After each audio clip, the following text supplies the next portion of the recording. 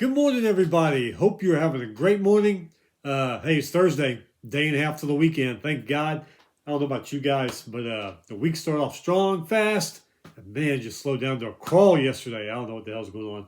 Anyway, hope it's a great day for you. Beautiful day here in Southeast Texas. Sunny, but kind of cool, so not too bad. Hope it's great where you are too. Um, we're going to go over CFP and bowl previews, FCS preview. We're going to go over some basketball things, some top 25 upsets that's happened these last few days. Preview a few games coming up this weekend. Got a lot of news items. Major one that just dropped in the last, I don't know, maybe 24 hours, maybe a little bit longer than that. We'll go over that. Before we get started, hit that subscribe button down there so you don't miss anything. With it, let's get started. Michigan in a dumpster fire, man. All this just happened like in the last day or so. Anyway, head coach Sharon Moore fired for having an inappropriate relationship with a staff member. A lot of people are saying it's his assistant to the head coach or something like that. His assistant to the head coach. Sharon Moore married. Anyway, so some of the things that went down. First of all, this was being investigated earlier this fall, but they couldn't find any evidence or proof that he was having an inappropriate relationship. Now, how this all came to light in the last 24, 48 hours, I'm not sure yet. I guess we're eventually going to find out because evidently he was in an argument with his wife about, I'm assuming it's about this. Because he threatened to kill himself right there in front of his wife. Took off, went to that staff member's house that he's having an affair with, broke in, held a knife to his throat, threatened to kill himself and the staff member. Then he took off from there. I think I read something about they found him at a church or something. Anyway, arrested him, took him to jail. He's in protective custody now because of all the suicide threats. And supposedly the athletic director, Ward Manuel, he's also under fire. This is like the second major scandal under him. Now, I saw something last night that top officials, Board of Regents, were meeting about the AD. Don't know what's going to happen there, but anyway. So, yeah, Sharon Moore, married, having an affair, got found out, threatening to kill himself. First of all, it's stupid. I mean, I don't know why people cheat on other people. You're going to get caught eventually.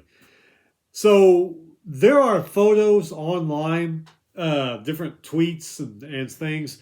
This girl he's having an affair with, as an assistant, a young girl too, probably may even be in school still, college, or in her early 20s. And you got to think, I mean, I'm not trying to put down Sharon Moore, but you got to ask this girl, he's the best you could do in Ann Arbor? Really? A married guy, old guy like that? That's the best you could do? Because if that is her, she's a good-looking girl. And so you're just like, this is the best you could do there in Ann Arbor? I mean, surely somebody goes to UM or something. Come on. Anyway, so there's two families who are, 2 weeks away from Christmas, who are going to have a horrible freaking Christmas. Horrible holidays for those two families right there. Anyway, Michigan now going to be looking for a new coach. And I'm sure more stuff is going to come out over the next few days or a couple of weeks. So stay tuned to that. Other news. After being left out of the CFP, Notre Dame picked their ball up, said they're going home. They're skipping the bowl game this year. I think that's just stupid. I mean, what's that going to do for you? You think the CFP is going to meet, hey, Notre Dame, they're not going to play the bowl game. We're going to... This reminds me of the people that protest something in your hometown that's happening clear across the world. Clear across the world does not know, and if they do know, they don't care about what's going on in your hometown. So why are those people even protesting and blocking traffic over that stuff? This is the same thing, really. What, they think the CFP is going to turn around and say, hey, we better change this. Notre Dame's going to sit out of the bowl game. All you're doing is, I mean, I heard it was a team vote. They all voted, yeah, let's sit out. I think it's stupid. I lost a lot of respect for Notre Dame after this. I mean, heck, you can go probably to a pretty much gone to a major bowl game, gotten some good money, some more practices. I think you get 15 extra practices. Kids could have gotten some good swag, maybe even gotten a ring or a trophy from that bowl game if you won. I think it's just stupid, but hey, they can do what they want. It's their school. Also, 8-4 Iowa State and 6-6 Kansas State. They turned down bowl invitations. Both said it's due to all the controversial coaching changes they went through last week. It's just too much to get together. Big 12 says the schools owe them $500,000 each due to bowl contract obligations. And I think also I saw something about Baylor and maybe somebody else skipping bowl games. So some of the Big 12 teams owe the Big 12 some serious cash. Former Virginia Tech head coach Brent Pry, remember him? Fired last September because he wasn't doing very good. He's been brought back by head coach James Franklin to be the DC there. He also worked under James Franklin at Vanderbilt. Arizona State quarterback Sam Leavitt, he's out. Transfer portal. Clemson defensive tackle Peter Woods, he declares for the NFL draft. Texas running back C.J. Baxter, he enters the transfer portal. He had a good first year, first maybe couple of years. I forget how old he is, but he's been struggling with injuries this last season. But anyway, he's out. Tennessee, they fired their defensive coordinator, Tim Bank. Tulane, they promote their assistant coach, Will Hall, to head coach. Liberty running back, Evan Dickens, transfer portal. Indiana defensive end, Stephen Daly, will likely miss the CFP. He sustained an injury, they're not saying what it was, during the post-game celebration. Saturday night's Big Ten championship game, which that sucks. He was seen limping off the field, going back to the locker room after the celebration. So I don't know if he jumped up in the air and landed wrong or what. Kurt Signetti's not saying.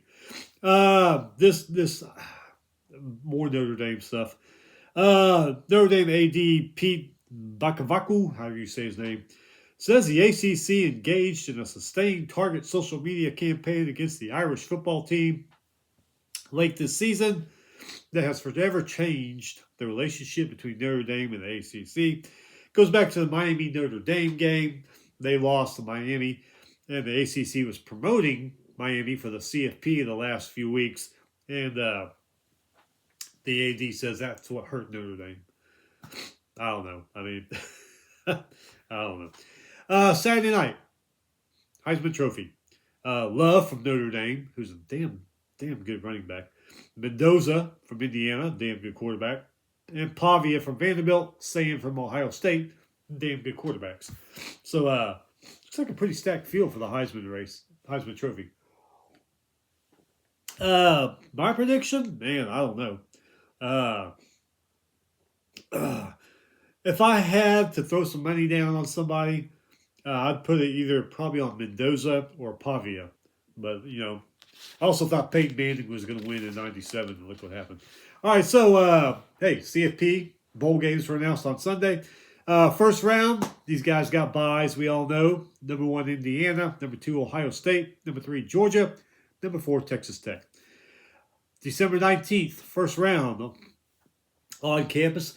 I would love for them to expand it out, not just because to get other teams in, but I want to see more playoff games on campus in December. I mean, that's so cool. Number 12, James Madison. They go to number 5, Oregon. The winner of that game will play Texas Tech. Number 9, Alabama plays number 8, Oklahoma again. The winner plays Indiana. Number 11, Tulane. They play number 6, Ole Miss. Winner plays Georgia. Tulane and Ole Miss. This is very interesting. We all know Lane Kiffin took off. I wouldn't say things are in shambles at Ole Miss, but things are a little uneasy. But remember, 2 years ago, Ole Miss went to Tulane. Tulane almost won. A few mistakes and penalties is what killed that game for them, so they lost. Now, of course, this year, Tulane went to Ole Miss, got their ass handed to them. But like I said, Ole Miss things are kind of shaky there right now. So is that going to throw them off their game or what? So you never know. Remember, Tulane plays them pretty good, except this year, not so much, but that might be a decent one. And then number 10, Miami versus number 7, Texas A&M. Winner plays Ohio State. I love my Aggies, but you just never know. Like, I thought they were going to win that Texas game, and look what happened. So, against Miami. I mean, I played Miami before in the past and lost, so. I don't know what to think about that. I really don't. All right, so some of the bowl games that are kind of intriguing. December 13th, 8 p.m. on ABC, the LA Bowl, Boise State versus Washington. That might be pretty good. On the 16th, 9 p.m., ESPN, Salute to Veterans Bowl, Troy versus Jacksonville State. Both of them lost their conference championship games, so you know they're kind of pissed. On the 17th, 5 p.m., ESPN, Cure Bowl, Old Dominion versus South Florida. Two teams who had great years. South Florida, I mean, they went down. Florida wasn't all that good this year, but they still went to Swamp, beat Florida. They lost to Miami pretty good, but still they had an excellent year. And Old Dominion started off strong, lost a few, finished strong. So that should be a pretty good game. Excuse me, getting over a cold. The 19th, 11 a.m. on ESPN, Myrtle Beach Bowl, Kennesaw State versus Western Michigan. Two conference champions going at it. 2:30 on ESPN, the Gasparilla Bowl, Memphis versus North Carolina State. The 23rd, 2 p.m. on ESPN, Boca Raton Bowl, Toledo versus Louisville. Louisville started off strong, faded. How are they going to respond to this one? Okay, so first of all, these are on the 23rd. This is awesome, man. The 23rd and on Christmas Eve, we're going to have college football games. So while the family is getting everything ready, you and the guys in the family can just watch football. The date on the 23rd and the 24th. So here we go. All right, back to it. 5:30 on ESPN, New Orleans Bowl, Western Kentucky versus Southern Miss. New Orleans Bowl is usually pretty entertaining every year. I mean, they play a pretty good game. 9 p.m. on ESPN. This one might be a good one. Good late night game. Frisco Bowl, UNLV versus Ohio. Both of them are pretty good, so check into that one. And then, yes, Christmas Eve, 8 p.m. Hawaii Bowl, like usual. Cal versus Hawaii. Hawaii, great season. I mean, Timmy Chang has got that thing going in the right direction. Cal, however, fired their coach a few weeks ago, so see what kind of state they're in. All right, no games on Christmas. Day after Christmas, the 26th, 1 p.m. on ESPN. Game Above Sports Bowl. Central Michigan versus Northwestern. Same day, 4:30 on ESPN. The Rate Bowl, guaranteed Rate Bowl, I think. New Mexico versus Minnesota. New Mexico's had a damn good year. Next day, 12:27, 10 p.m. on ESPN. Military Bowl, Pitt versus Eastern Carolina, both 8-4. 11 a.m. ABC, Pinstripe Bowl, Penn State versus Clemson. Two teams who had high-ass expectations this summer. And look what happened. All right, 1:15 p.m. ESPN. Fenway Bowl, UConn versus Army. UConn going for 10 wins this season. 2:30 on ABC. The Pop-Tarts Bowl. All right, can't go on the Pop-Tarts Bowl, especially when you got number 22 Georgia Tech versus number 12 BYU. 3:30 on the CW. Arizona Bowl. Miami of Ohio versus Fresno State. 4:45, ESPN. New Mexico Bowl. Looks like a pretty good one. Number 25, North Texas versus 9-3, San Diego State. 6:30 on ABC, the Gator Bowl. Number 19, Virginia versus 8-4, Missouri. 8:15 on ESPN, the Texas Bowl. LSU coming to Houston to play number 21, Houston. The 30th, day before New Year's Eve. Music City Bowl, 4:30 on ESPN. Probably a pretty good one. Tennessee versus Illinois. Both of them are 8-4. Both of them also had high expectations. Both of them did quite well for a while, but then they started slowly falling apart as the season went on. Alamo Bowl, 8 p.m. on ESPN. Number 16 USC versus 8-4 TCU. Alamo Bowl is another one of those bowl games. It's always usually a pretty damn good game. All right, so New Year's Eve. The ReliaQuest Bowl at 11 a.m. on ESPN. Number 23 Iowa versus number 14 Vanderbilt. Looks pretty good. The Sun Bowl, 1 p.m. on CBS. 8-4 Arizona State versus 8-5 Duke. Sun Bowl's another game that's usually always pretty good. God, remember that one a couple years ago? Was it North Carolina and Pitt? Man, was it North Carolina and Pitt? I think it's North Carolina and Pitt. just a couple years ago. Man, those two went at it back and forth. That was a good game. Citrus Bowl, 2 p.m. ABC. Number 18 in Chaos, Michigan versus number 13 Texas. Las Vegas Bowl, 2:30 ESPN. 7-5 Nebraska versus number 15 Utah. And the Cotton Bowl, which will be a CFP quarterfinal game, 6:30 ESPN. Number 2 Ohio State will play whoever wins in the first round.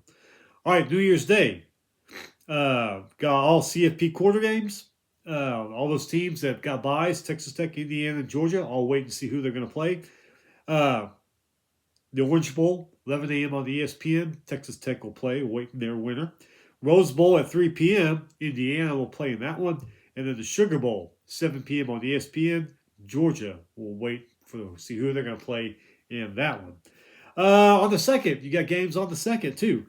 Liberty Bowl, 3:30 ESPN. 9-2 Navy versus 7-5 Cincinnati. Holiday Bowl, 7 p.m. on Fox. Number 17 Arizona versus 8-4 SMU. Holiday Bowl, another one that's usually always pretty good. The Duke's Mayo Bowl, winner gets mayonnaise poured on them. 7 p.m. on ESPN. 8-4 Wake Forest versus 5-7 Mississippi State. And then 8th and 9th are the semifinals for the CFP. And then the 19th will be the national championship game, 6:30 on ESPN. All right, so this week, basketball. Sunday and Monday had games, but no top 25 upsets. Tuesday, number 5, UConn beat number 18, Florida, 77-73. UConn's ball, 19 points, followed by Caravan, who had 13 points. They shot 50% from the field, had 17 points off of turnovers. Florida, Lee led the way, 19.6 rebounds. Hall behind him, 18 points. 42% from the field. They did out-rebound UConn by a lot, but still lost the game. Last night, no top 25 upsets. Upcoming tonight, 7 p.m. on FS1, 8-1 Iowa versus number 4 Iowa State. Battle of the... Did they call that one the Cy-Hawk Trophy, or that's just football? Anyway, battle for the state tonight. That'll be a pretty good one. Tomorrow, 7 p.m. on Fox. 7-3 Texas versus number 5 UConn. And you got some FCS quarterfinals. 8 p.m. on the ESPN. Stephen F. Austin traveling all the way up to Bozeman, Montana. Play Montana State, who's 11-2. It gets cold up the road in Nacogdoches, Texas. It does not get Montana cold. So, see how that works out for Stephen F. Austin. Saturday basketball, 11 a.m. on Big Ten Network. These are just some of the interesting games. Not all of them. Number 9, Michigan State versus 8-2 Penn State. 11 a.m. on ESPN. Number 17, Arkansas versus number 16, Texas Tech. 3 p.m. on Peacock. Number 23, Nebraska versus number 13, Illinois. 8:30 ESPN. Number 1, Arizona versus number 12, Alabama. That's probably going to be a pretty good one. And then 10:30 on ESPN. Number 25, UCLA versus number 8, Gonzaga. Also on Saturday, you got some quarterfinal games. 11 a.m. on ESPN. 11-2 Villanova versus 12-1 Tarleton State. 2:30 on ABC. 10-4 South Dakota versus 12-1 Montana. 4 p.m. on ESPN Plus. 10-4 Illinois State versus 9-3 UC Davis. And then at 2 p.m. on CBS, you got the annual Army-Navy, 6-5 Army versus 9-2 Navy. And then Sunday, there's only like one top 25 team playing in basketball. I think it was Iowa. It might have been Illinois or Iowa State. I forget. So it wasn't much really, but anyway. That's it. That's the preview. That's what's coming. That's the news. We'll be back probably Monday. Maybe Sunday, but more likely Monday. We'll go over things that happened in basketball, FCS playoffs, over the Heisman Trophy. Any more news on the Michigan chaos going on up there, we'll go over that. Anyway, keep your head down. Keep busy. Weekend is a day and a half away. We are almost there. Have fun this weekend. Stay safe. Enjoy whatever it is you're going to do. We will see you back in a couple of days.